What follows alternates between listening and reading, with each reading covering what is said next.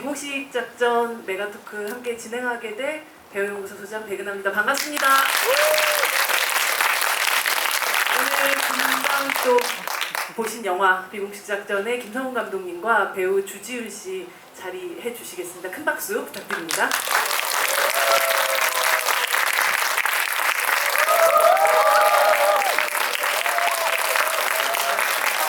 가운데 앉으시면 될 것 같아요. 네. 저희 인사 말씀 하시고 자리 한번 앉을까요? 네, 감독님. 네. 네, 안녕하세요. 비공식 작전 연출한 김성원입니다. 좋은 시간 내주셔서 저희 영화 봐주시고 또 이제 이야기 들으러 와주셔서 너무나 감사합니다. 네, 부탁드립니다. 네. 환수 역할 맡은 주인입니다. 반갑습니다. 갑자기 이렇게 참석하게 돼서 오해를 끼쳐드려서 죄송합니다. 오늘 재밌는 얘기 했으면 좋겠습니다. 감사합니다. 네, 그리고 사실은 한 분이 더 기다리고 계십니다. 여러분 큰 박수 주십시오. 저희도 예상하지 못했는데 오늘 여러분들을 만나고 싶은 마음에 또 이렇게 깜짝 방문해 주셨습니다. 비공식 방문이십니다. 아니 제가 원래 일정이 있었는데 너무나 감사하게도 일찍 끝나게 돼서 이런 복장으로 들렸습니다. 복장 이런 거 참 양해 부탁드리겠습니다. 네, 저희 그럼 앉아서 진행하도록 하겠습니다. 저도 이렇게 가득 찬 GV가 될 거라고 기대하지 못했는데 아주 오늘 함께하게 되어서 너무 기쁩니다.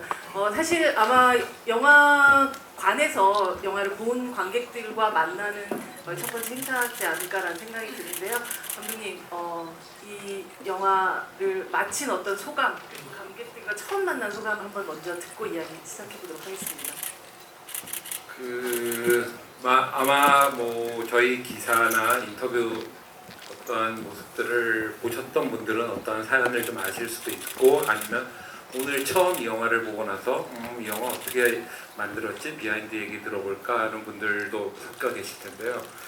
저희가 뭐 대한민국에서 만들어진 모든 영화들이 우여곡절을 겪고 모든 역경을 뚫고 만든다고 하는데 저 또한 계속 그래왔고 근데 이 영화만큼 최소한 저는 제가 영화 작업을 하고 또 킹덤이라는 OTT 드라마를 해왔던 것 중에서 이렇게 많은 일이 동시다발적으로 있을 수 있었을까? 또 긴 시간 동안 여러분 아시는 분들은 저희가 코로나가 처음 나왔을 때 한번 중단됐었고 그다음 2차 또 가려고 할 때 오미크론이 또 재확산돼서 두 번째 중단할 뻔한 위기를 겪었었는데 결국은 그것을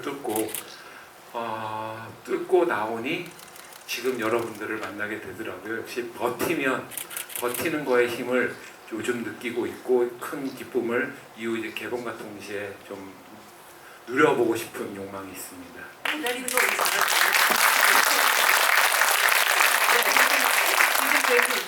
네, 어떠세요? 감독님에 이어진 그 똑같은 질문이긴 한데요. 네, 관객분들 처음 만나서 또 이렇게 영화와 함께 오랜만에 인사하고 또 이야기 나누는 소감 좀 들어보고. 뭐 사실 매번 다치신다 조심하세요. 매번 작품을 오픈할 때마다 저희는 이제 다 찍고 내용을 다 알고 있고 그 과정들을 뭐 짧으면 6개월 길면 한 1년 정도 기다렸다 오픈하면서 뭐랄까 참 주책 맞지만 출연하고 찍어놓고 이거를 보여드리고 이렇게 만나서 얘기하고 싶다는 그 욕구가 되게 크거든요. 특히나 좀 뭐랄까요 잘 맞았다 아니면 좀 어떤 자신 있다는 표현이 뭐 개인적인 생각이니까요. 그런 느낌을 받으면 참 막 빨리 보여드리고 싶다 이런 생각이 막 들어서 그날이 언제 올까 막 이러고 이렇게 하다 보니 어느덧 촬영이 끝난 지가 벌써 1년이 넘었고 그러다 보니 이렇게 눈앞에 있는 여러분과 대화를 나누고 있어서 참 기쁘고 신기하고 참 시간이 빠르게 지나간다 이런 생각도 들고 뭐 여러 가지 생각이 듭니다. 네, 오늘 그 여러 가지 생각들 그리고 과거의 기억들까지 다 끄집어내서 대방출해 주시기 바랍니다. 하정우 배우님, 오늘 비공식적인 이 방문과 함께 모든 분들이 굉장히 또 기뻐하고 계신 것 같은데요. 네, 너무 반갑죠. 예, 반갑죠. 아까도 말씀드렸지만 일이 일찍 끝나서 예, 너무나 좋습니다. 이 자리에 개봉 하루 전날 이런 GV를 갖는다는 것은 굉장히 의미가 있는 것 같아요. 예, 이렇게 그래서 이런 자리에 참석을 할 수 있어서 너무나 다행스럽고요. 개봉을 앞두고 있는 뭐 저의 심정, 뭐 감독님이나 주지훈 배우 아마 비슷할 거라고 생각이 들어요. 그러니까 저희는 그 오랜 시간 저에게는 5년 전에 이 시나리오를 받았었고, 그리고선 감독님께서 말씀하셨듯이 그러한 우여곡절이 있었었고, 버티다 결국 촬영에 들어갔던 거고, 그리고선 바로 오늘을 맞이했는데 딱 한 가지인 것 같아요. 재밌게 봐주셨으면 하는 거. 감독님이야 저희 배우들 스태프들이 이 재미를 드리기 위해서 그 시간들을 버텨왔던 것 같아요. 그래서 그 재미들을 온전히 발견하시고 즐겨주셨으면 하는 바람입니다. 네. 사실 관객의 입장으로 되게 오랜만에 다 편집된 이 영화를 얼마 전에 시사회에서도 보셨을 거 아니에요. 이미 어떤 일들이 펼쳐질지 알고 어떤 액션들, 본인이 또 연기한 부분들이 분명히 있음에도 불구하고 현장에서 다시 시사회에서 보니까 흥미진진하던가요? 근데 그거를 객관적으로 볼 수가 없어요. 없어요? 예, 그냥 여전히 제가 데뷔부터 시작을 해서 한 20년 동안 영화 작업을 해왔는데 여전히 제가 나오는 장면은 민망해요. 참 희한해요. 주진 배우는 아닌 것 같은데 굉장히 자랑스러워하고 있는 거예요. 저희 영화 시사하고 첫 시사할 때 또 형이랑 똑같은 얘기를 했었어요. 그래요? 우리끼리도 마치 이거 너무 옛날 사람 같긴 한데 요즘 시스템을 몰라서 죄송합니다. 옛날에는 노래방 가면 그 돈 조금 더 내면 테이프에 녹음해 줬잖아요. 네네네. 그거 내 목소리 들으면 미칠 것 같은 느낌 있잖아요. 그게 매번 있어요. 정말 막 식은땀이 줄줄 나요. 정말.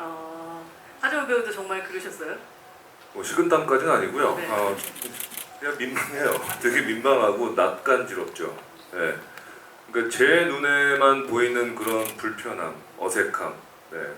그렇게 느끼는 것들이 일단 올고지 객관적으로 뭔가를 관람할 수 없는. 네. 너무 개인적인 거죠. 참여한 사람. 하지만 여러분들은 아직까지는 눈치채지 못한 그런 아마 티끌들일 테니 우리는 그럼 더 큰 이야기들을 조금 해보도록 하겠습니다. 사실 이 영화는 이미 많이 알려졌다시피 그리고 처음에 자막에 나오다시피 1986년도에 벌어졌었던 실제 사건을 모티브로 했는데 처음 감독님이 어떤 경로로 이 이야기를 또 이 사건을 접하게 되셨는지 그리고 결국은 그거잖아요. 어떤 사건들이란 건 세상에 굉장히 많은 뉴스들이 있기 때문에 이걸 영화화해야겠다, 영화로 만들어야 되겠다라는 생각에서 어떤 부분에 엔진이 딱 켜지셨는지가 되게 궁금한 것 같아요. 킹덤 마칠 무렵, 후반 작업할 무렵, 킹덤 1이라는 2018년쯤이었을 거예요. 이제 원작 이자 각본을 제안을 받고 이 작품을 읽는데 초반부터 이거를 할 것 같다는 느낌을 받았어요. 그랬던 이유 중 하나는 제가 줄곧 해왔던 거에 그리고 제가 이제 앞으로도 해야 할 것, 어떤 유지해야 할 것도 있고 또 새로운 걸로 도전을 해야 할 것들이 있잖아요. 그 초반 부분의 설정 장면이 제가 해왔다는 얘기는 제가 즐겨하는 것들이 있었고요. 이야기가 느닷없이 어떠한 한 사람이 재난에 빠지면서 시작이 되잖아요. 그 사람이 누군지는 우린 모르고 우리 또 구출하러 가는 사람이 아직 채 누군지 모른 채 그 구출하러 가는 민준이라는 행위를 보면서 이제 민준이 조금씩 야금야금 이해가 되는 이러한 이야기 전개 방식을 좀 추구하는 방향이었는데 그러한 것들이 저에게 적합하게 만들어졌고 이유는 못 보더라도 이 민준이 누군가를 맨 처음에는 이제 우재석을 구한다라는 그 과정을 통해서 제가 여태까지 해왔던 거와 그리고 추구해야 할 어떠한 서스펜스, 액션 이런 것들을 시도해 볼 수 있다고 생각이 들었고요. 저랑 같이 킹덤 작업을 했던 김은희 작가는 이거를 보고 자동차로 좀비씬을 찍었네요 라는 표현을 쓰더라고요. 참 워딩 잘 쓰던데 그래서 글을 잘 쓰나 봐요. 네, 그러한 새로운 시도를 할 수 있었다라는 것들이 어떠한 작품을 대하는 어떻게 해야 되는가에 대해서 큰 관심을 갖게 되었고 무엇을 찍어야 할까 고민하던 터에 이거를 보다 보니까 이거는 이제 스포일러라서 여러분들이 여러분이 보셨으니까 보셨으니까. 민준이 결국은 우리가 모두 다 외면했던 어떠한 외교관을 구하는 이야기잖아요. 네. 그런데 좀 더 나가서 맨 끝에 보면 안 해도 되는 어떠한 자기의 희생과 양보를 통해서 판수를 구하더라고요. 판수는 아무도 안 쳐다봤는데 그리고 시키지도 않았는 일인데 이 행위를 보면서 민준이 판수를 왜 구할까? 민준이 판수를 구하는 이야기다. 이 이야기를 꼭 하고 싶었어요. 요즘 세상에 저 또한 이러한 것들을 현재에서도 보고 싶은데 영화에서 더욱더 영화적 재미와 더불어서 이런 이야기를 하면 얼마나 좋을까 싶었습니다. 사실 네. 하정우 배우 같은 경우는 앞서도 말씀하셨지만 이 이야기의 말 그대로 민준이의 역할을 5년 전에 이미 제안을 받으시면서 감독님께서 말씀하셨던 민준이 판수를 구해야 하는 이유 그리고 그런 변화들 같은 것들을 어떻게 또 이해하고 또 받아들이셨고 여기에 내가 또 참여해야 되겠다는 생각이 조금 주제적으로 좀 더 든 부분이 있나요? 물론 모든 것이 복합적이었겠지만요. 근데 감독님의 어떤 스타일이 처음부터 시나리오를 건네시면서 어떤 제안을 하실 때 그렇게까지는 말씀을 안 하시는 것 같아요. 네. 감독님 스타일이 좀 일단 코를 꿰어놓고 뭐 코를 꿰든 귀를 꿰든 일단 꿰어놓고 일단 제안을 저한테 주시고 그 다음에 저를 좀 기다려주시는 편이었던 것 같아요. 뭐 저뿐만이 아니라 주지훈 배우한테도 배우들에게 시간을 좀 많이 주세요. 그러니까 그 배우들이 여기 참여하는 배우들이 이 시나리오와 이 인물들에서 본인이 생각하는 부분들을 어떻게 생각하는지 그 다음에 뭐 그러면서 촬영이 자연스럽게 진행이 되고 그러면서 이제 그러한 말씀을 촬영 한 3분의 1 지점 지났을 때 이 이야기는 결국 판수를 구하는 이야기인 것 같아요 라는 말씀을 하시더라고요. 모로코에서. 근데 사실은 그렇게까지는 생각은 못했어요. 물론 시나리오에서 그러한 지점들이 명시되어 있고 심어져 있었지만은 결국 판수를 구한다라는 이야기가 메인으로 왔던 것은 아마 그때가 처음이었던 것 같아요. 네. 그래서 하정우 배우로만 치자면 또 감독님하고 마찬가지지만 터널에서 이어져서 이제 내가 받았던 은혜를 갚게 되는 그런 구조를 가지고 있어 완결성을 갖게 되는 게 비공식 작전이었던 것 같아요. 구조를 기다리던 사람에서 이제 구조를 하러 가는 사람으로 그리고 마지막에 또 말씀하셨듯이 또 새로운 방식의 또 어떠한 구조를 하게 되는 그런 것까지 또 나아가는 그런 영화라서 영화가 굉장히 좀 두 영화가 굉장히 또 붙어 있고 닮아 있다라는 생각도 확실히 들게 됐었던 것 같아요. 네. 근데 사실 민준 같은 경우는 그나마 현실의 모티브가 좀 있는 인물인데 판수 같은 경우는 완전히 창작된 캐릭터라고 할 수가 있잖아요. 감독님 머릿속으로 주지훈 배우를 떠올리면서 이게 만들어진 인물인지 사실 왜냐하면 함께 두 분이서 작업하셨던 킹덤을 생각을 해보면 정말 한치의 흐트러짐도 없는 꼿꼿한 세자 이창이었잖아요. 그러다가 여기서 보면 한시도 방향을 종잡을 수 없는 판수로 캐스팅을 한 데에는 어떠한 이유가 있으셨을 것 같고 그 제안을 받으셨을 때 주준 배우는 어떤 마음이셨는지가 궁금합니다. 먼저 이제 판수라는 캐릭터는 제가 받았던 시나리오의 기본 틀이 있었어요. 이러한 비슷한 성향에 있었고요. 뭐 이후 저희가 디벨롭하면서 배우분이 들어오면서 여러분이 보셨던 것들이 완성이 됐을 텐데 최초부터 이러한 씨앗이 분명히 심어져 있었던 것 같고요. 그러한 것을 청년이었나요? 그런데 주배우님한테 이 역할을 제안했던 이유는 아까 이제 말씀하신 대로 주배우님이 킹덤에서는 되게 한치의 트럼 없이 빈틈없이 반듯하다 그랬잖아요. 주지훈 씨는 실제 그런 인물이고요. 건실한 청년이죠. 감독님 웃으시면 안 되고 그 말. 거의 건실한 청년을 현실에서 봤는데 영화에서도 보고 싶었고 그리고 다른 영화에서도 묘사가 된 적도 있지만 네. 주배우님이 되게 느물거리고 그러한 것들도 건들거리고 하는 것도 잘 표현하지만 설명할 수 없는 애잔함이 있다고 생각이 들어요.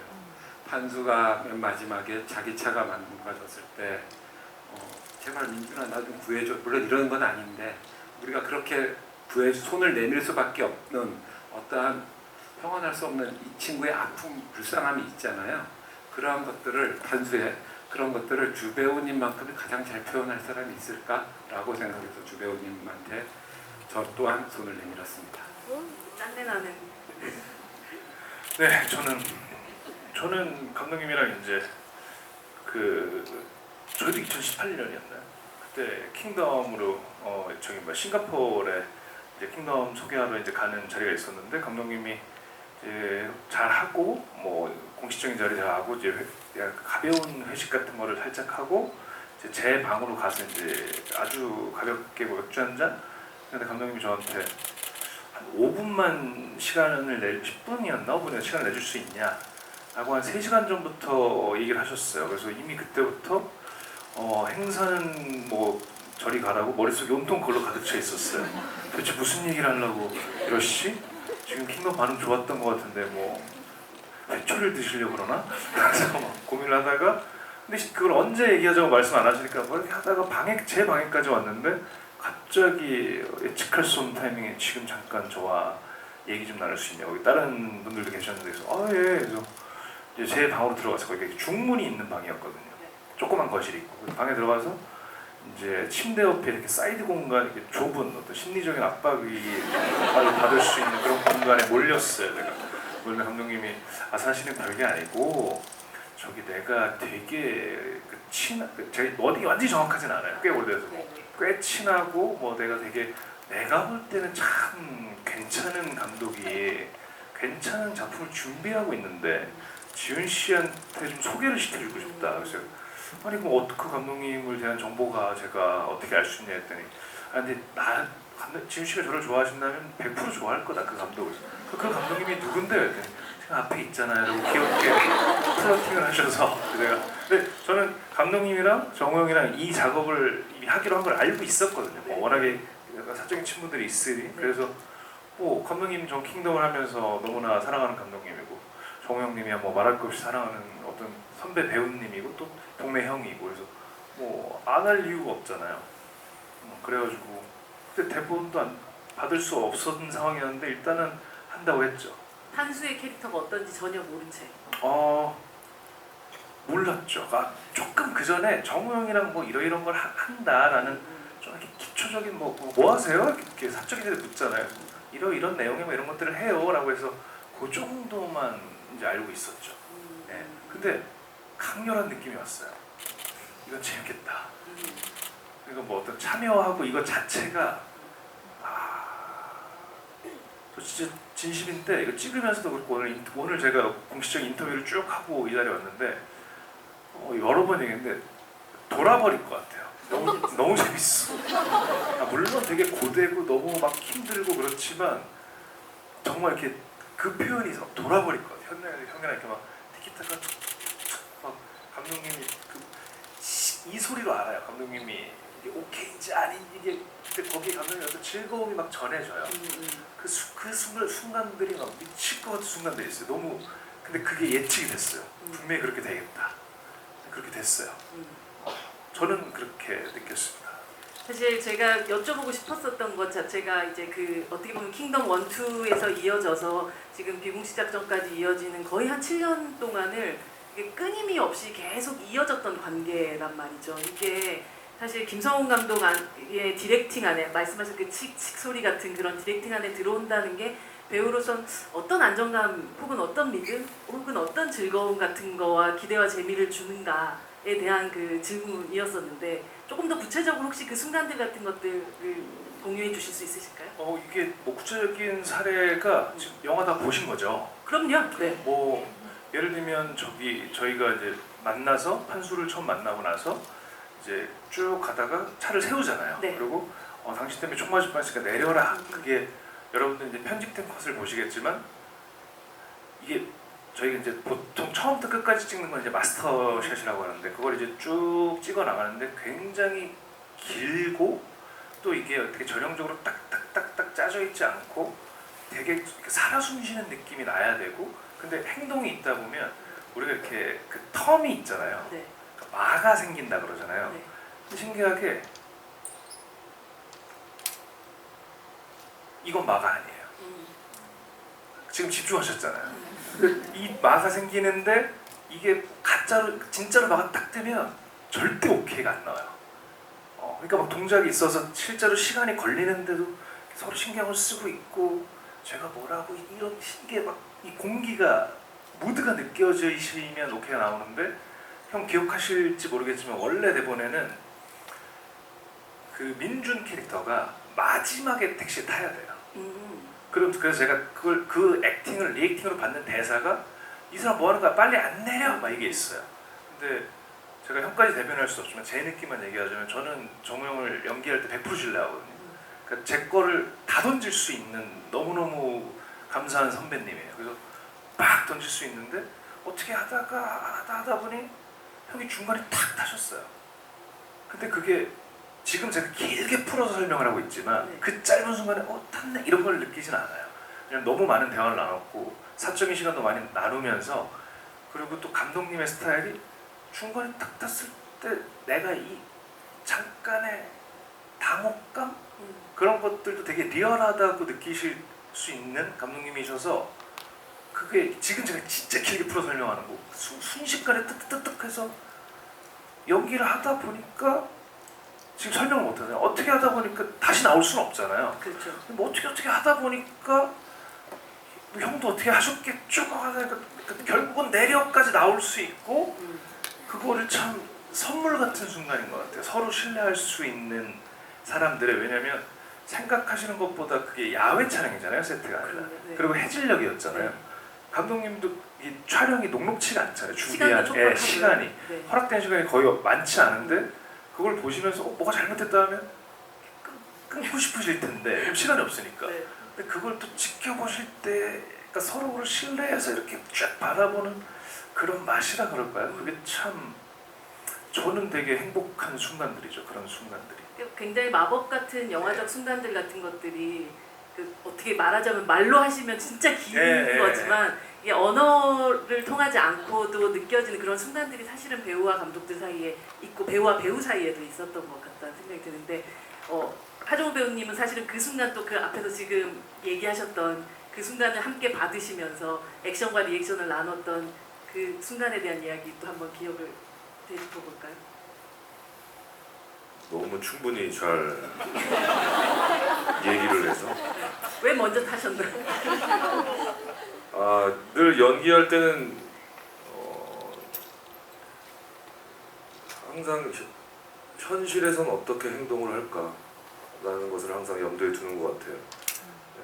그래서 그렇게 얘기하고 타는 게 그때는 더 말이 된다라고 생각이 들어서 탔던 것 같아요. 다시. 동시에 그렇다면 앞에 있는 주지훈 배우가 이걸 다 받아서 자연스럽게 이어가줄 거란 믿음이라는 것이 확실히 있었던 네. 거기 때문에 그러니까 처음에 카린 만나는 장면에 그 카페에서 그 뒷뜰, 네, 뒷공간, 네, 거기서 이제 같이 가자라고 하는데 이제 계속 문 안으로 들어가가지고 네. 문을 하고 있는데 사실은 그것도 되게 즉흥 연기였어요. 음, 싹 닫으면 제가 잡았고 또 그렇게 밀고 당기기에 대한 그 밀고 당기기를 그 문을 활용을 해서 표현했다는 것 자체가 그러니까 저 역시도 지훈이가 그 안에 들어가서 그거를 하길래 그러면 당연히 문을 잡는 것이 맞는 거잖아. 인지상정이죠. 미국 비자 드립까지 날렸는데 그러니까 그런 지훈이가 얘기한 그런 지점과 네. 제가 말씀드렸던 그런 씬들 지점들이 우리 주지훈 배우가 얘기했던 다 그러한 느낌이었던 것 같아요. 저 역시도. 네. 사실 좋은 연출, 좋은 감독은 좋은 캐스팅을 하는 부분부터 시작이 된다고 생각을 하거든요. 이 두 사람이 충분히 그러한 케미스트리를 만들어낼 거다라는 확신과 그리고 동시에 현장에서 두 분이 이미 또 느끼셨던 그 마법 같은 순간을 감독님은 또 사실 앞에서 함께 보고 계셨을 거 아니에요. 그 순간 중에서 또 가장 기억에 남는 순간이 있다면 어떤 장면이셨나요? 그거는 오로지 그 현장에서 연출하는 감독만이 가질 수 있는 특권이잖아요. 부럽네요. 여러분들한테 안 보이는 것도 분명히 있고 이건 저만 보면서 행복해하는 건데 그래서 혹시 그 이 두 배우분을 이러한 현장에서 그 화학적인 케미를 보고 싶으면 빨리 감독 되셔갖고 캐스팅 하시면 강력 추천합니다. 그 여러 장면들이 있었을 거예요. 지금 좀 전에 정원 씨가 얘기한 것도 그렇고 지훈 씨가 얘기한 그 두 가지 부분도 있고, 그리고 혹시 그 여러분들 설산 앞에서 둘이서 훔쳤다가 다시 제외하는 장면 있지 않습니까? 그것도 시나리오에 썼던 어떠한 구타의 액션과 민준이 판수를 때릴 때 제가 써놨던 구타의 액션과 실제 동선은 조금 달라요. 그러한 것들이 원래 이제 액션 같은 경우는 만약에 저희가 그 둘이서 다치마리를 찍는다 하면 완벽히 합을 짜서 서로 해야겠죠. 조금이라도 어긋나면 다칠 수 있으니까 네네. 주먹을 뻗는다는 것이. 근데 현장에서 이 두 외교관 민준은 싸움을 잘하지는 않을 것 같았고, 그 분노를 뭘로 표현할까 했을 때 날라차기 하배우님이 제안을 하셔서 그걸 또 이제 받는 판수가 그거를 만약에 제대로 안 받으면은 완전히 하드보일드 액션이 나올 수도 있고 이런데, 그거를 적절한 분노와 그 적절한 분노라는 표현이 적절한지 모르겠지만 극한에 오른 분노를 적절하게 표현을 해서 그 리액션을 또 저희는 이 장면을 통해서 분노와 그런 것을 전달하지만 또 재미를 전달해야 되는 거잖아요. 네. 적절한 리액션을 통해서 이렇게 합이 이루어지는 것들 보면은 생각한 것들을 현장에서 보는 것도 구현되는 것도 엄청난 기쁨이지만, 이만큼 생각해왔는데 거기에 찰나에서 새로운 창작을 보는 것도 그건 예상치 못한 엄청난 선물이자 즐거움인 것 같아요. 매일매일 산타 할아버지가 온 것 같은, 그러니까 기도하면 우리 1년에 한 번씩 찾아온다라는 그 거짓말 같은 얘기를 들어왔잖아요. 근데 저는 매번 현장에서 산타를 그런 순간이 우리가 열심히 울지 않고 엄마 말 잘 들었더니 산타가 내려왔네처럼 열심히 준비했더니 그 찰나의 순간이 나오더라고요. 하산타님. 네, 그 핫산타요. 그 감독님께서는 준비를 엄청나게 하세요. 콘티 작업부터 시작해서 시나리오 작업, 또 스태프들과의 회의, 엄청나게 치밀하게 준비를 하시고 현장에서 배우를 만나면 그런 준비하신 것들을 내려놓고 배우들이 하는 거를 굉장히 보세요. 네. 그리고 굉장히 좋아하시고 거기서 이제 채택되는 거는 채택이 되는 거고, 그것이 아니면 이제 감독님이 준비한 것을 이제 저희가 따르죠, 디렉션을. 근데 그런 부분에서 너무 유연하시고 뭐가 시야가 넓으시니까 배우들 입장에서는 이 준비된 거 말고 우리가 약속한 거 말고 또 어떤 거를 가져가서 감독님을 웃겨볼까, 재밌게 해볼까 라는 마음이 있는 것 같아요. 그래서 보통 저랑 주준 배우 같은 경우는 이번에는 리허설은 따로 하되 그러니까 리허설을 따로 하진 않았어요. 그러니까 리허설이 좀 종류가 있는데 그냥 가볍게 맞춰보는 거, 그냥 브로킹 동선만 맞춰보고, 그 다음에 이제 정식 리허설은 이제 테이크 간고가 똑같이 하는, 네, 그거를 이제 정식 리허설이라고 하는데 저희는 그 리허설을 안 했어요. 네. 그러니까 제일 따끈따끈하고 거칠고 뭔가 날 것 같은 첫 번째 테이크를 이제 감독님께 뭔가 선물로 드리고 싶었던 거죠. 미리 뭔가 발해되지 않는, 뭔가 보여지지 않는 그런 선물의 따끈따끈함을 네네. 선사하기 위해서 굉장히 밤에 두 분께서 그러면 회의도 많이 하시지 않으셨을까 싶기도 해요. 전혀 그런 거 전혀 그렇지 않아요. 근데 보통 이제 아침에 만나면 이제 분장 이제 트레일러에서 만나서 뭐 오늘 그냥 굉장히 뭐 핵심 단어 정도만 나누고, 네, 워낙 신과 함께 때 1년 동안 같이 두 작품을 같이 찍은 그 경험이 있어서 그런지 어떤 그냥 굉장히 중요한 핵심, 이 씬에 우리가 표현해야 될 것들만 나누고는 약속을 하고는 이제 그 첫 테이크를 임하는 거죠. 그리고 나서는 아까 말씀하셨던 대로 그 순간에 굉장히 집중한 방식의 자연스러움들을 퍼올리시는 거예요. 네. 네. 근데 그렇게 되면은 어쨌든 첫 테이크는 리허설 겸 첫 테이크라는 어떤 좀 부담에서 좀 멀어진 부분이 있으니까 네. 여유가 생기고, 그 다음에 주변 상황이 더 잘 보이죠.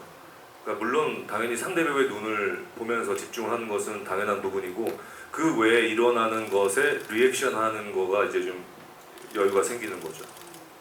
사실 뭐 감독하고 배우하고를 맞췄다고 해도 새로운 환경에서 새로운 작업을 하게 되면 또 새로운 난관에 부딪히게 되고 새로운 방식의 서로를 좀 알아가는 과정들 같은 게 생길 것 같아요. 뭐 주진 배우 같은 경우도 뭐 정말 전국 팔도를 같이 다니면서 킹덤을 찍으셨을 텐데 여기 같은 경우 또 모로코의 또 카사블랑카, 마라케시, 탕헤르 뭐 이런 온갖 군데에서 로케이션 촬영을 또 하시기도 했고 그 타지에서 서로 새롭게 이 영화 비공식 작전을 찍으면서 발견한 부분들이 있다면 좋은 의미든 나쁜 의미든 이게 뭐 질문에 부합하는 대답인지는 네. 모르겠으나 왜냐면 그게 뭐 어떤 기술적인 연기적인 함이나 감독님과의 그렇다기보다 조금 추상적이긴 하지만 추상적이지 않은데 대답과 좀 그렇긴 하지만 두 분한테 제가 참 항상 감사하고 있지만 똑같이 느낀 건데 아까 뭐 지금까지 형이 설명하셨던 그런 장면에서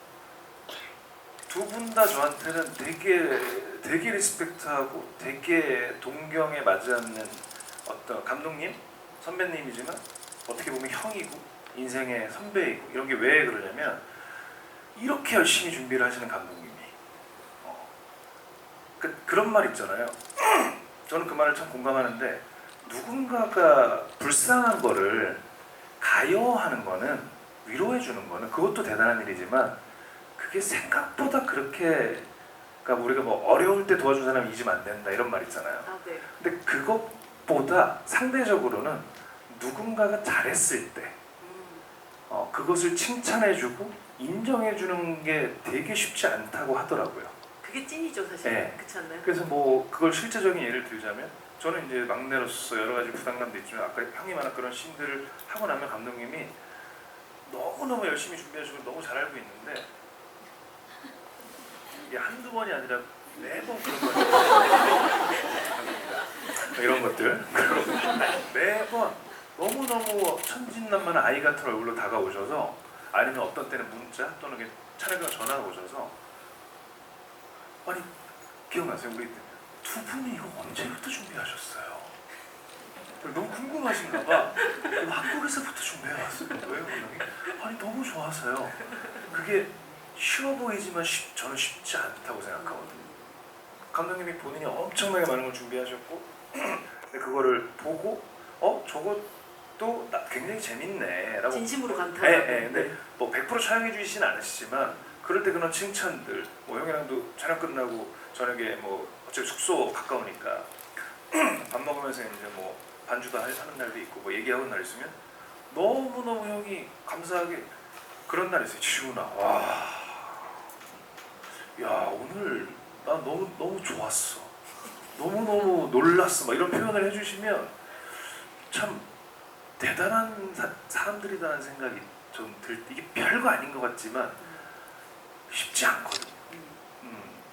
그래서 되게 그런 것들을 이미 알고 있었지만 왜냐면 3개월 동안 이제 계속 같이 있으니까 네. 더 많은 시간과 더 많은 얘기들을 나누다 보니까 그런 것들이 참 감사한 순간들 그래서 그런 것들이 참 좋은 영양분으로 저한테 자리를 잡아서 저 또한 그런 것들을 제 주위 사람이나 제 후배나 이렇게 나눌 수 있는 저를 좀 좋은 사람으로 변모하게 해주는 분들인 것 같아서 너무 감사하죠. 항상 주준 배우가 되게 스펀지 같은 사람이라고 생각을 하고 주변의 좋은 부분들을 굉장히 잘 빨아들이는 사람이라고 생각을 하는데 이번에 또 이 작업을 통해서 확실히 더욱더 그 작업들 다른 또 현장에서도 또 적용시키시지 않을까 생각이 그럼요. 듭니다. 지금도 다른 제품 찍고 있는데 그것들을 뭐 많이 제가 감독은 아니지만 감독님이 어떤 상황에서 보여주셨던 어떤 감정들 모습들 형님이 보여주셨던 감정들 모습들을 막 저절로 떠오르면서 그거를 제가 좀 활용을 하면 뭐랄까 잘 기분 좋게 어려운 일도 잘 정리할 수 있는 상황이 실제로 너무 많이 생기더라고요. 사실 선배라는 역할들이 뭐 이렇게 앉혀놓고 연기란 말이다 뭐 이런 걸 알려주는 게 아닌 것 같아요. 그 현장에서 보여주는 그런 아주 자연스러운 애티튜드 같은 것들이 결국 다 전염되고 좋은 방식에 영향을 끼치는 게 아닐까 생각이 듭니다. 하정우 배우님께도 아까 사실 같은 질문일 수도 있겠는데요. 감독님과 혹은 또 지훈 배우와도 또 다시 이 작업을 또 하시면서 새롭게 깨닫게 된 거나 혹은 이런 배우였어? 이런 감독이었어? 좀 느끼게 됐었던 부분이 있으셨나요?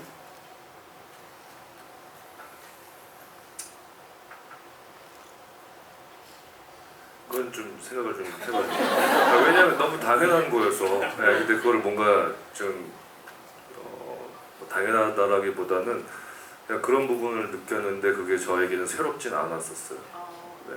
그냥 주지훈 배우가 이제 저와 만나는 저랑 같이 찍은 첫 장면이 이제 그 택시 안에서 만나는 장면을 이제 첫 촬영으로 같이 찍었는데 그때 오후에 제가 오전 촬영이 있었고 오후에 주지훈 배우가 와서 헤어 메이크업과 의상을 입고 그 모니터실이 있는 곳으로 걸어오는데 그 모습이 굉장히 인상 깊었었어요. 그러니까 제가 생각했던 판수의 느낌보다 더 뭔가 드라마가 있는 것 같은 느낌이 들었던 것 같아요. 네. 그래서 그 날이 굉장히 인상 깊었었고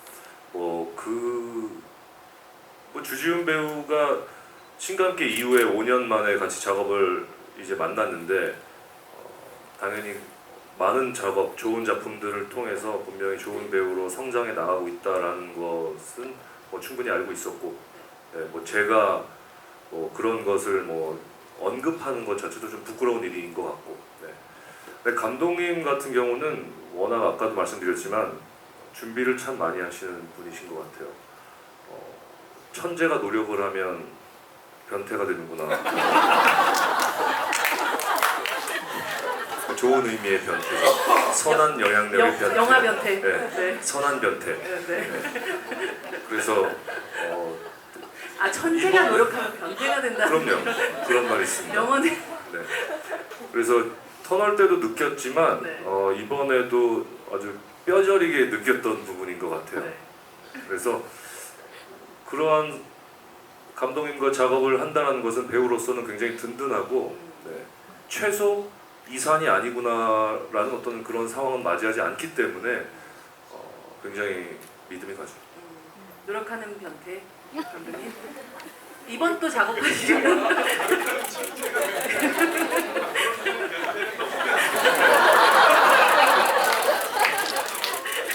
노력하는 천재 변태 감독님. 이번 작품을 통해서 두 분은 사실은 항상 늘 같은 방식의 감탄을 했다라는 얘기를 하셨는데 감독님 좀 새롭게 더욱더 느끼셨던 부분들 있으셨나요? 두 분요. 네. 그 말씀에 앞서 지금 두 배우님께서 너무 과찬을 해주셨던 것 같아서 저는 그냥 건실한 청년일 뿐인데 말은 모르겠고요. 그 천재는 참 과한 것 같고 제가 갑자기 능력을 키울 수는 없잖아요. 했던 능력이 150kg 던지는 사람이 내일 난 빨리 던져야지 그 160을 던질 수는 없잖아요. 다만 제가 늘릴 수 있는 거는 책상에 앉아서 공부하는 시간을 늘릴 수 있어서 제가 할 수 있는 거는 능력을 갑자기 키울 수 없으니까 시간이라도 키우자 해갖고 더 하려고 했던 것 같아요. 네, 그랬고 이거 변명이었고요. 네, 그리고 두 분에 대해서 새로움을 느낀다는 거는 저희 킹덤과 터널에서 그런 건 있어요. 그러니까 새로운 게 뭘지는 모르겠지만 다 봤다 생각했는데 이 배우분의 얼굴은 다 봤다 생각했는데 이런 표정 처음 보는데 이러한 것들을 또 느낄 때 내가 여태까지 이분들에 대해서 너무 안다는 자체가 되게 좀 교만했구나. 내가 모르는 표정들을 볼 때 제일 행복하잖아요. 좀 그러한 면들이 있었던 것 같고 기대했던 것보다 기대는 했는데 기대했던 것보다 더 낫다라는 것 중에 하나가 요리 실력이 기대는 했는데 이렇게 출중할지는 좀 몰랐어요. 요리 그동안 탁월하셨습니다. 이렇게 긴 합숙을 하신 적이 없으셨던 거죠? 그죠. 그 터널이라는 것은 이제 한국에서 찍다 보니까 물론 이제 찍기 전에 같이 하고 찍고 같이 시간을 나누는 경우도 있고 킹덤도 오랜 시간 동안 그랬지만 각자 이제 본거지로 돌아가잖아요. 훌륭한 밥차도 있고. 네. 그런데 그 모로코에서는 강제 합숙을 하게 되니까 저희 셋 다 도망갈 데도 없고 하다 보니까 자주 만나서 하다 할 얘기가 없으니까 영화 얘기도 하고 네, 그래서 아마 이 영화가 더 만약에 재밌다면 그래서 더 그런 것들이 강화되지 않았을까 생각해 봅니다. 사실 뭐 아까 저는 저 뒤에서 같이 조금 영화를 봤었는데 관객분들이 굉장히 또 빵 터지기도 하고 굉장히 좋아하셨던 장면이 그 옥상에서의 추격, 옥상에서 액션이었던 것 같아요. 그리고 저는 개인적으로는 그 옥상 끝에서 케이블 줄, 그 TV 줄에 도르래처럼 매달린 그 장면이었었는데요. 사실 액션씬으로서도 굉장히 잘 설계된 그런 촬영이기도 했지만 단순히 긴장감만을 위한 액션 설계 이상의 이 영화의 주제적인 그런 어떤 메타포를 담고 있는 그런 장면이라는 생각을 했었거든요. 사람의 무게에 대해, 생명의 무게에 대해서 아주 구체적으로 느껴지는 그런 장면이어서 그 장면을 어떤 방식으로 또 감독이 설계하셨고 또 배우들은 어떻게 또 장면을 찍으셨는지가 궁금합니다. 그 장면에 대해서 그 안에 감독이 의도했는지 안 했는지는 우리는 알 바 없겠지만 알 수가 없잖아요. 제가 있다 그러면 있는 거 그렇죠. 그거는 이제 관객들이 느끼는 건데 그렇게 그 투피 안을 봐주셔서 너무나 감사드리고요. 처음부터 그런 거를 아마 저 또한 계획하지 못했던 것 같아요. 너무 잘 봐주신 거고 근데 찍으면서 느낀 거 그리고 콘티를 짜면서 느낀 거는 맨 처음에 그런 의도는 분명히 없었어요. 그냥 어떠한 긴장감 이 둘의 탈출을 해병대라고 뻥을 치는 그리고 해병대가 하는 걸 많이 봤을 어떠한 외교관이 어떠한 방법으로 다 막혀 있을 때 탈출할까 했을 때 조금은 우리가 여태까지 봤던 거와는 좀 다르게 좀 표현하고 싶었고 또한 어떠한 오마주도 하고 싶었고요. 미션 임파서블 1에 보면은 하나 있죠. 그 맨 마지막에 그러한 것도 있었습니다. 그런데 콘티를 짜면서 느꼈던 것 중에 하나가 한 명을 구하기 위해서는 한 명이 올라가야 되더라고요. 우리 법원 앞에 보면은 검찰인가요? 법원인가요? 저울이 있잖아요. 생명을 갖다 얹혀놓고 어떤 게 올라갈지 내려갈지 모르겠지만 우리는 현실에서는 무언가를 가성비라는 것을 따져갖고 그런 무게를 여러 명이냐 한 명이냐에 따라서 생명의 경중을 따질 때가 있을 텐데 근데 분명히 하나가 내려오려면 하나가 올라가야긴 하겠더라고요. 그때 아마 민준이 희생을 통해서 양보를 통해서 올려서 누군가를 낮춘다고 하는 거를 제가 처음부터 의도했던 건 분명히 아니고요. 찍으면서는 되게 재미있다. 추가 늘어지면 내가 올라가면 누구는 내려가는구나. 누군 하나를 살리기 위해서는 내가 한 발짝은 양보를 해야 하는구나. 라는 것들을 민준이 실천으로 보여주고 우리는 그걸 재미로 그러한 것들을 긴장 베이스로 느낄 수 있지 않았을까 싶습니다. 만약 근데 그런 것들은 전혀 우리 영화를 즐기는데 필수는 아닌 것 같아요. 그냥 재미나게 서스펜스와 유머를 동시에 느끼면 되지 않을까 싶습니다. 그 부분이 저는 정말 그래서 말씀하셨던 대로 이걸 주제의식을 바깥에 아주 막 선연하게 드러내지 않음에도 불구하고 그것이 충분히 느껴지기도 하고 결국 마지막에 민준의 선택까지도 이해가 되게끔 만들어주는 액션씬이라는 것이 우리 흔히 액션씬은 잘 달리고 잘 넘어지고 뭐 잘 쫓고 하는 그런 어떤 쾌감 같은 것들만 생각하는데 사실 굉장히 주제적으로도 굉장히 잘 만들어진 액션씬 같다는 생각을 하면서 되게 저는 감탄하면서 봤었던 그런 장면이기도 했습니다. 영화를 참 잘 보십니다. 그 장면 찍으실 때 민주는 어떤 마음이셨나요? 이게 결국은 끝에 선택과 이어질 거라는 생각하셨나요? 거기까지 생각하고 연기하기는 좀 어려운 부분인 것 같아요. 그러니까 주어진 상황, 그러니까 배우로서 그 상황을 어떻게 말이 되게 연기를 할까, 표현을 할까에 더 집중을 하는 것 같아요. 이 인물은 훈련을 받지 않은 인물이죠. 네, 그래서 이 모든 액션이 제약이 따랐던 것 같아요. 근데 감독님께서 아이디어가 굉장히 좋았던 것은 그 옥상에서의 그 지형지물과 소품과 그런 것들을 이용해서 그곳을 탈출하는 이러한 디자인이 제가 그냥 연기하는 입장에서 한 발자국 떨어졌을 때 굉장히 아기자기하면서 재미있고 말이 된다라는 생각이 들었던 것 같아요. 그 닭장 문짝을 뜯어서 그 구름다리? 사다리, 네. 그거를 만들고 닭들이 뛰쳐나오고 안테나 선을 뽑았는데 멀쩡히 TV 시청하던 아이의 TV가 꺼지고 그러니까 중간중간에 이렇게 릴리프되는 장면들이 있어서 이러한 것들이 또 계속 긴장이 배가 되고 결국엔 이제 안테나 선을 허리에 묶어가지고 이제 그 오재석 서기관을 살리고 본인은 여차여차해서 이제 바닥에 떨어지는데 그 지점까지 너무너무 잘 설계가 됐다라는 생각이 들었었어요. 그러면서 물론 배우가 그 장면들을 연기할 때는 정말 너무너무 미칠 정도로 힘들었죠. 그런가요? 그 부분은 옥천에서 오픈세트에서 촬영이 진행됐었는데 그거를 지어가지고 네. 그때가 폭염주의보 요즘 같았어요. 근데 전 가죽 그 자켓을 입고 이제 촬영을 했었는데 정말 하루하루가 그냥 살이 쭉쭉 빠지더라고요. 디톡스가 자동 디톡스가 되는 네, 장면들인데 근데 또 한 가지 좀 어려웠던 부분은 저희가 모로코에서 촬영을 했잖아요. 네.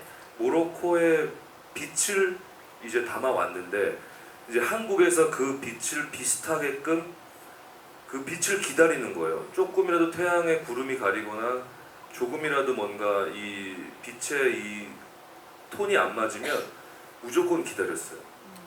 그래서 그거를 찍다가 구름이 조금 끼면 모든 배우와 스태프들이 다시 그 빛이 나올 때까지 기다렸다가 또 나오면 또 찍었다가 또 기다렸다가 내내 이런 반복이었던 것 같아요. 그러니까 그 액션씬 이제 와는 좀 다른 이야기인데 네네네. 그래서 그 액션씬을 찍을 때 이러한 모든 이제 그러한 시간들을 같이 보내면서 이 장면이 참 귀하다, 소중하다라는 생각이 들었었어요. 그래서 제가 이 영화를 시사회를 통해서 봤었을 때 그 장면이 제가 딱 떨어졌을 때 관객분들이 웃으시는 걸 보고선 너무너무 감사했었어요. 오늘도 많이 웃으셨어요. 네, 네. 감사합니다. 네. 사실 그런 어떤 감독님 배우들이 만들고 준비하고 긴 시간 동안 이렇게 정말 크리스마스 선물이라고 얘기하셨던 것처럼 이렇게 준비했던 걸 딱 펼쳤는데 받은 사람이 거기서 웃고 또 반응해 줬을 때의 그 기쁨이라는 것은 좀 이루 말할 수 없을 거라는 생각이 듭니다. 그 장면도 이어지는 장면도 카체이싱으로 또 이어지는데 여기서 또 주지훈 배우가 엄청난 드리프트를 보여주는. 네. 그 제가 깐에서 또 이번에 네카차를 보시더라고요. 이번에 깐에서 탈출 프로젝트 사일런스라는 영화에서는 네카차를 볼 때 실제 운전면허는 저는 일종 보통입니다. 보통이죠. 보통 이거 하려면 이제 특수 면허의 수준으로 레카. 네카는 네, 그때 그 수동 기어를 제가 조작을 할 수 있어서 네. 그래서 아까 저는 인터뷰에서 좀 보니까 실제로 많은 부분을 하셨다고 들었습니다. 이렇게 얼굴이 보이는 장면들 그런 것들은 거의 거의 다 했죠. 그러니까 예를 들면 합성을 해서 얼굴을 따다 붙인다든가 이런 건 없었던 것 같고 당연히 차가 뒤집어지거나 막 그런 것들은 안전상 이유로 우리 전문 액션 스턴트 배우분들이 해주셨고 근데 보시면 이렇게 막 차 드리프트하고 막 이러잖아요. 그런 것들은 다 했죠. 네. 어떤 훈련 같은 걸 따로 또 받으시는 분들이 있으신 거예요? 리허설? 되게 야생에 이게 되게 강하게 키우셨네 감독님.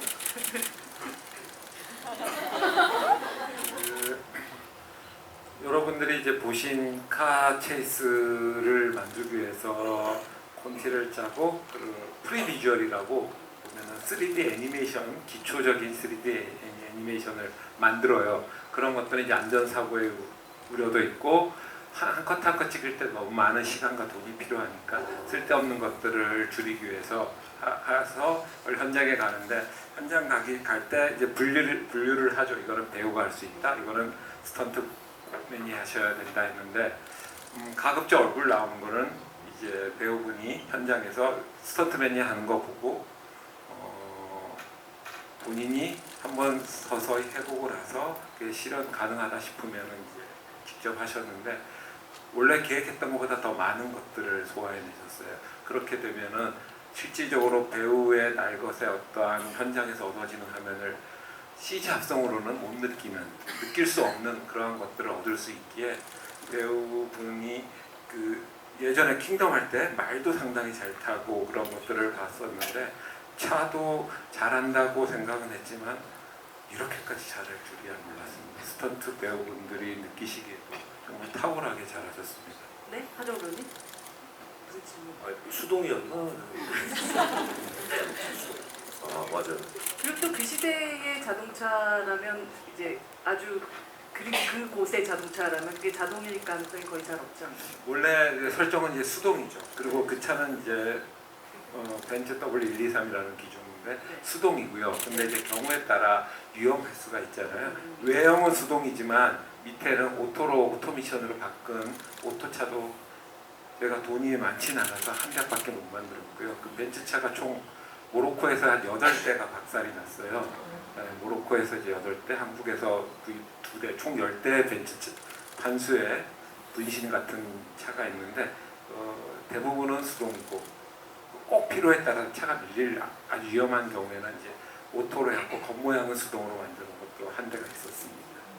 이 영화 속에서 보면 강아지, 뭐 들개, 닭, 양 이거 굉장히 그또 거기 안가 같은 데서 나중에 나왔던 그 무덤가 쪽 집에서 보면 또 고양이가 또 한 마리 있기도 하고 계속적으로 이렇게 동물들이 등장하고 아이들이 또 등장하고 그 전체적으로 또 보고 있는 아이들의 얼굴들도 보이기도 하잖아요. 뭐 아까 말씀하셨던 대로 진짜 TV 보는 아이들부터 시작해서 그 거의 전쟁터 같은 그곳에서 그들을 바라보고 있는 아이들의 시선 같은 것도 빼놓지 않고 계속 넣으셨던 감독님의 의도 같은 것들이 분명히 있으셨을 것 같거든요. 아주 강렬한 의도가 있었다기보다 실제 하는 어떠한 리얼리티 차원에서도 있고 또한 또 그런 건 있는 것 같아요. 저희가 다소 소재적으로 무거웠다고 생각할 수가 있잖아요. 근데 여러분도 느끼셨겠지만 영화를 보면은 우리의 영화의 색깔은 전혀 무거움하고는 관계가 없다기보다는 상당히 가볍게 즐길 수 있을 만한 거잖아요. 또한 그렇게 어떠한 강렬한 건 아니지만 우리가 흔히들 강아지, 고양이, 아이 하면 지어지는 표정들이 있지 않을까요? 우리 영화가 그러한 것들이 잘 어울릴 만한 그런 톤의 영화라는 거. 그 아이들이 주는 그 총이 앞뒤로는 어제까지는 총이 난무했는데 석양이 아이들이 놀고 있는 모습을 볼 때 물론 이게 때론 클리셰였던 부정적인 영향도 미칠 수 있지만 어떠한 보편적인 어떤 상투보다는 보편적인 우리의 정서를 불러일으키는 데는 아이들이나 그 강아지, 고양이가 어떠한 역할을 했을 때는 꽤 큰 역할을 하지 않을까 그런 생각이 들었습니다. 부드럽게 만들고 가볍게 만들고 편하게 만드는데 설산 앞에서 시골쥐 한 마리도 이렇게 되게 불쌍하게 걸어오고 이렇게도 했었네요. 근데 그 설산이 사실은 지금 두 사람의 그 꼬질꼬질한 상황하고 상관없이 너무 풍광이 아름다워서 저는 도대체 어디서 찍은 건가 궁금하던데요. 네? 좀 전에 하배우께서 네. 미시령이라고 얘기하셨는데요. 미시령이라서요? 아프리카 미시령인가요? 네, 그 울산바이요? 아프리카 네. 도시명은 마라케시라는 혹시 이 중에서도 갔다 오신 분이 있을지 모르겠는데 마라케시에서 한참 떨어진 어떠한 곳이고 그 뒤에가 설산으로 보였던 것이 아틀라스인가요? 란스인가요? 제가 아틀라스 지리가 좀 약합니다. 그 아프리카 대륙을 종으로 나누는 그러한 산맥인데 그 장면을 헌팅 때부터 이 둘의 재회잖아요. 이 영화 살짝 중반이 넘은 지점에 이 둘의 관계의 변주를 보여주는 여태까지는 믿음과 사기와 긴장과 뒤통수 거짓말로 이렇게 했다가 그 이후로부터는 우리 이제 둘이 손잡고 가게 되잖아요. 그랬을 때 가장 아름다운 공간에서 좀 시원한 공간에서 찍고 싶었는데 헌팅에서 그 공간을 봤었는데 그게 뒤에 눈도 남아있고 그리고 가시거리가 거기에 보여야 하는 것이 아프리카이긴 하지만 매번 우리에게 허락되는 공간은 아니더라고요. 그래서 처음에는 한국에서는 이런 것들을 찍고 한국에서 찍고 요즘에 그린매트 합성이라는 거 많이 하잖아요. 기본이죠.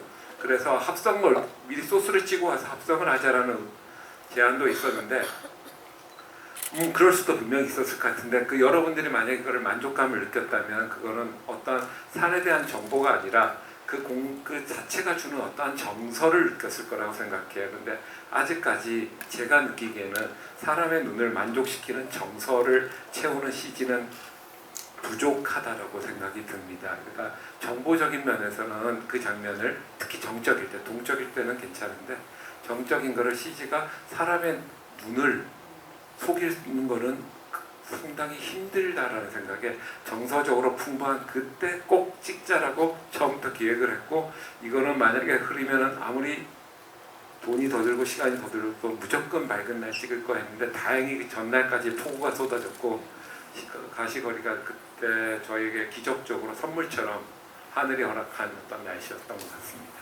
맞습니다. 진짜 그 인간의 육체 혹은 인간의 노동이 보여줄 수밖에 없는 그런 스펙타클과 동시에 말씀하셨던 것이 진짜 자연이 또 보여줄 수밖에 없는 그런 어떤 풍광들에서 오는 감정 같은 것들을 또 이 영화를 통해서 좀 느꼈었던 것 같습니다.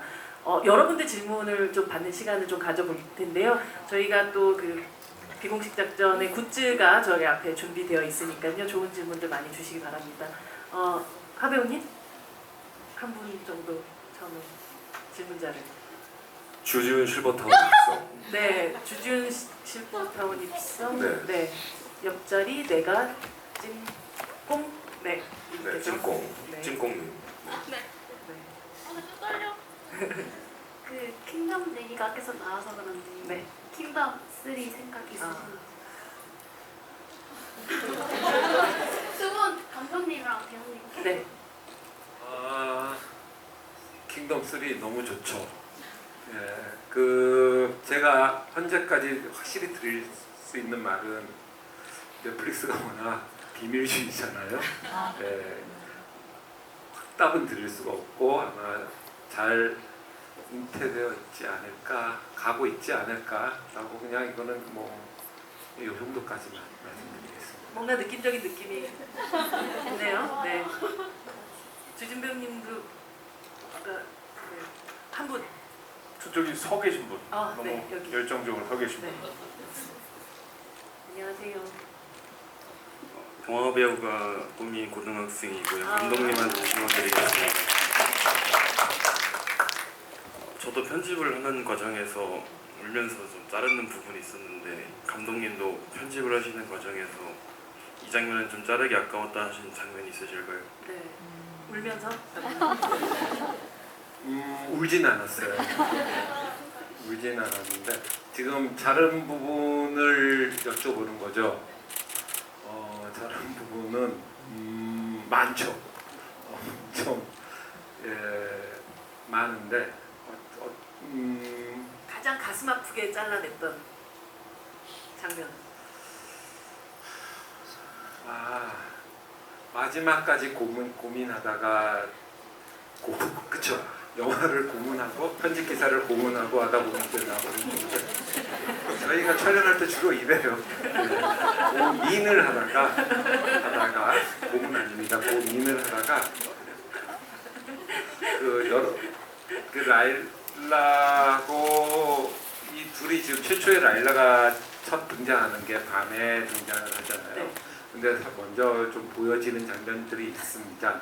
이 두 분이 라일라를 찾아가서 하는 어떤 라일라의 등장과 단수의 캐릭터를 보여주는 장면이 있는데 그 장면을 이렇게 덜어내면서 너무나 힘들게 찍었거든요. 너무나 힘들게 찍었는데 힘들게 찍으셨던 이유가 있으세요? 일단 그 시장 굳이 한국에서 따지면은 네. 성남 모란시장 같은 쫙 한 가운데에서 다행히 허락을 해줘서 네. 거기서 찍는데 그리고 한 2분 30초 3분 되는데 그 동안 아랍어를 계속 쓰세요. 주지훈 씨는 아랍어를 계속하고 따기도 맞고 막 그러는 건데 그 부분을 이렇게 결과적으로는 그렇게 돼서 너무나 울지는 않았지만 아마 너무나 괴로웠던 적이 있습니다.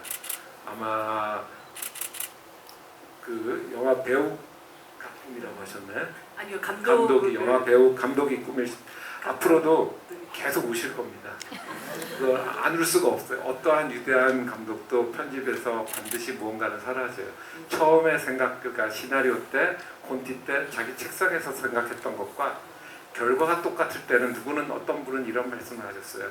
처음에 생각했던 것과 결과가 똑같으면 참 그 감독은 불행하다. 현장에서 새로운 걸 못 봤다라는 거죠. 그러니까 준비했던가 뭔가 현장에서 즐거운 새로운 걸 현장의 느낌을 선물을 받은 거잖아요. 그러다 보면 결과는 처음에 책상에서 생각했던 거와 분명히 달라지기에 플러스가 있으면 결국은 마이너스, 즉 삭제되는 신이 반드시 생길 겁니다.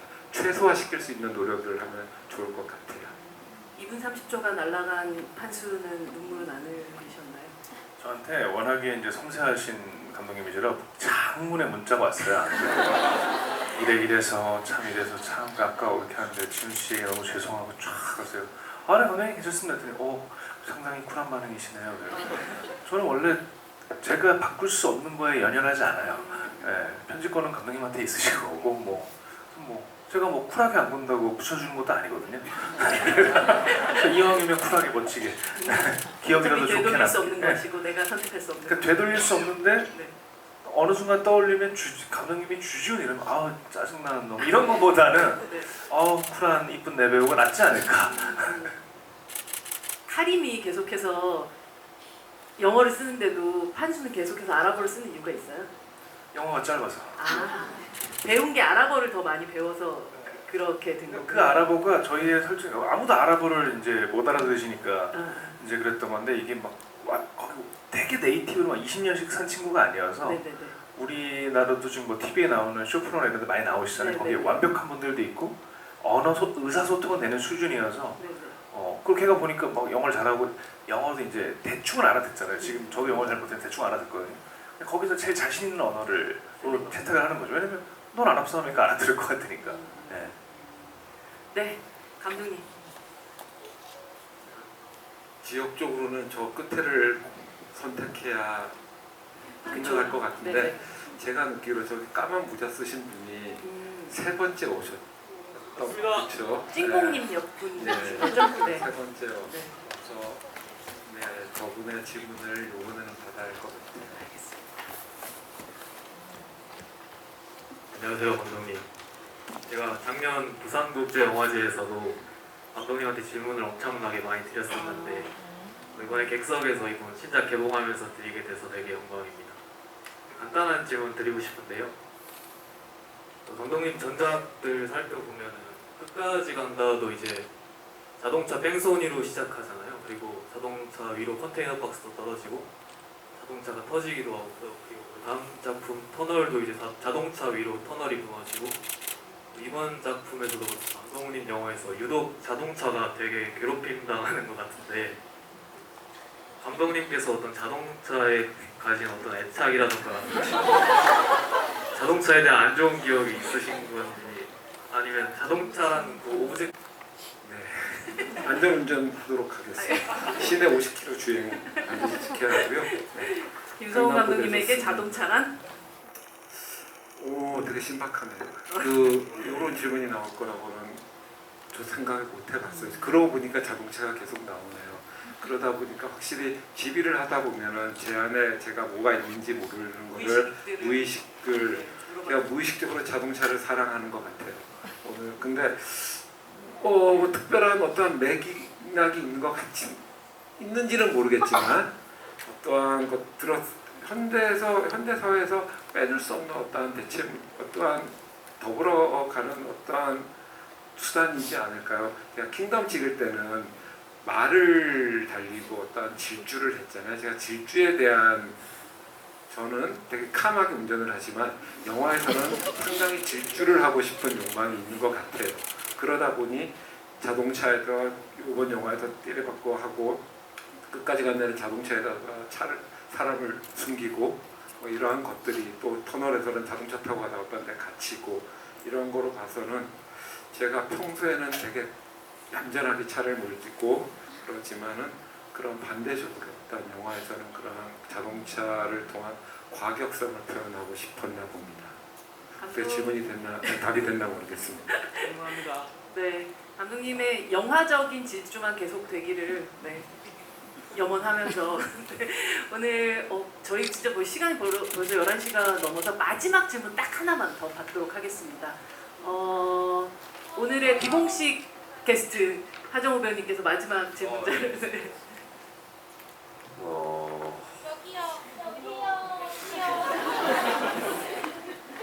저기 맨 뒤에 네. 계신 친구분 왼손 드신. 네, 맞아요.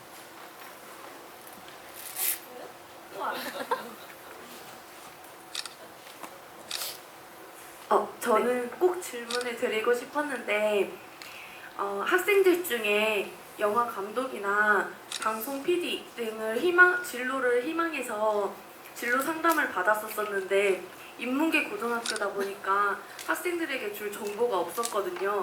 그래서 제가 개인적으로 따로 인터넷 검색이나 여러 가지 조사를 해보았는데도 알 수 있는 방법이 없어서 혹시 감독님과 같은 진로를 희망하는 인문계 학생들은 어떤 준비를 하면 좋은지, 그리고 학생들이 영상 제작해서 공모전 같은 거를 준비를 하려고 하면 학교 입장에서는 학생들이 학업에 좀 더 집중하기를 원하는 이야기들을 많이 선생님들께서 주세요. 그러면 그 학생들에게는 학업에 좀 더 집중하도록 지도를 해야 하는 것인지, 아니면 그런 영상 제작 같은 거를 준비를 하는 거를 더 응원을 해야 하는지 궁금합니다. 교사신가요? 네. 아, 그러시군요. 네. 네. 저도 제가 얼마 전에 라디오에서 하정우 씨께서 감독은 하정우 씨한테 어떤 사람이에요? 했을 때 강릉에 사는 이모 같다라는 표현을. 강릉에 사는 이모요? 네. 그래서 저도 저 이제 고향이 강릉이고 저도 인문계 고등학교를 나왔습니다. 그리고 대학은 어학과를 나왔고요. 영화를 제가 그 당시에 영화를 하기로는 특히 영화 감독이 될 거라고는 일도 생각해 본 적이 없었던 걸로 추정돼요. 그 과거로 그랬는데 결국은 이 직업을 지금 업으로 삼고 있잖아요. 그랬을 때 인문계 고등학교에서 어떠한 진로 상담을 위해서 고등학교시에 영화 감독이 되기 위해서 어떠한 특별한 것들이 인문계든 예능이든 마찬가지일 것 같아요. 제가 아는 선에서만 말씀드린다면 특별한 것들을 어떠한 더 상세한 그것들을 해야 하는지는 모르겠어요. 만약에 영화를 아마 그분이 학생분들이 좋아하시고 하시기 때문에 영화 감독이 되려고 하는 거잖아요. 그러한 그 고등학교 때는 그 좋아하는 거를 실천을 하면 될 것 같아요. 좋아한다면 영화를 되게 보고 싶어 할 것 같고, 그런 영화를 보고, 그리고 영화 보다 보면 그 영화의 비하인드가 궁금하면 예를 들어 소설의 원작이나 감독이 인터뷰를 보면 어디서 영감 받았어요. 그럼 좋아하는 거를 계속 실천을 하면 되지 않을까. 어떠한 참고서라든가 어떠한 감독이 되기 위한 지름길이나 그런 거는 다른 분한테는 들을지 모르겠지만 최소한 저는 그런 게 없었던 것 같고요. 제가 드릴 수 있는 말씀은 아마 그분이 그 학생들이 영화를 좋아하기 때문에 좋아하는 행위를 계속 하면은 그러한 길들이 더 보이지 않을까라고 생각이 들어서, 무엇을 더 준비해야 한다고 하면은 또 공부 영역으로 들어가면 고등학교 때 이제 막 좋아하기 시작하는데 버거워질 거라고 생각돼서 지금 좋아하는 영화를 뒷받침하는 행위들을 계속 하면은 되지 않을까라고 생각이 듭니다. 충분한 답이 아닐 것 같은데 혹시라도 다음 기회에 또 질문을 하면 거기에 덧붙여서 하도록 할게요. 아마 영화 감독들이 어떠한 준비하는 것들은 감독마다 다 다를 것 같아요. 사실 영화 만들기의 즐거움을 고스란히 좀 느끼게 만들어준 영화라서 더욱더 그런 질문들이 더 오지 않았을까 싶기도 하네요. 그 얘기죠. 감독님. 네. 학업을 해야 되냐, 영상을 해야 되냐. 선생님이니까 학업하라고 해야지. 그러면 뒤에서 자기가 알아서 다 찍을 거예요. 그럼요. 괜히 영상 만들어 했다가 부모님한테 전화 받고 막 그러지 마시고요. 그냥 학업에 집중하세요 하면 지가 하고 싶으면 뒤에 가갖고 요즘에 핸드폰으로 다 영화 찍지 않습니까? 그렇게 그 어느 때보다 말 안 해줘도 편하죠. 본인이 좋아하는 건 알아서 하고, 공부를 하기 싫으니까 하라고 해야죠. 어쩌겠습니까? 네, 오늘 하정우 배우님부터 오늘 함께 해주신 1시간 가까이 꽉 채워주신 이 관객분들에게 마지막 인사와 또 내일 개봉 앞두고 있으니까요. 인사 말씀 부탁드립니다. 예, 늦은 시간까지 이렇게 얘기 나눌 수 있어서 너무나 좋았고요. 개봉 전날인데 서두에도 말씀드렸듯이 뭔가 두근두근하고 떨리기도 하고 뭔가 기대감도 들고 뭔진 잘 모르겠지만 뭐 기분도 좋은 느낌도 들고 5만 가지가 지금 교차하고 있습니다. 예, 오늘 보시면서 뭐 좀 귀여운 구석이나 좀 마음에 드신 부분들이 있다면 동네 친지분들에게 추천도 좀 해주시고요. 무엇보다 오늘 조심히 들어가시고 굿나잇 하십시오. 감사합니다. 네, 박수 부탁드립니다.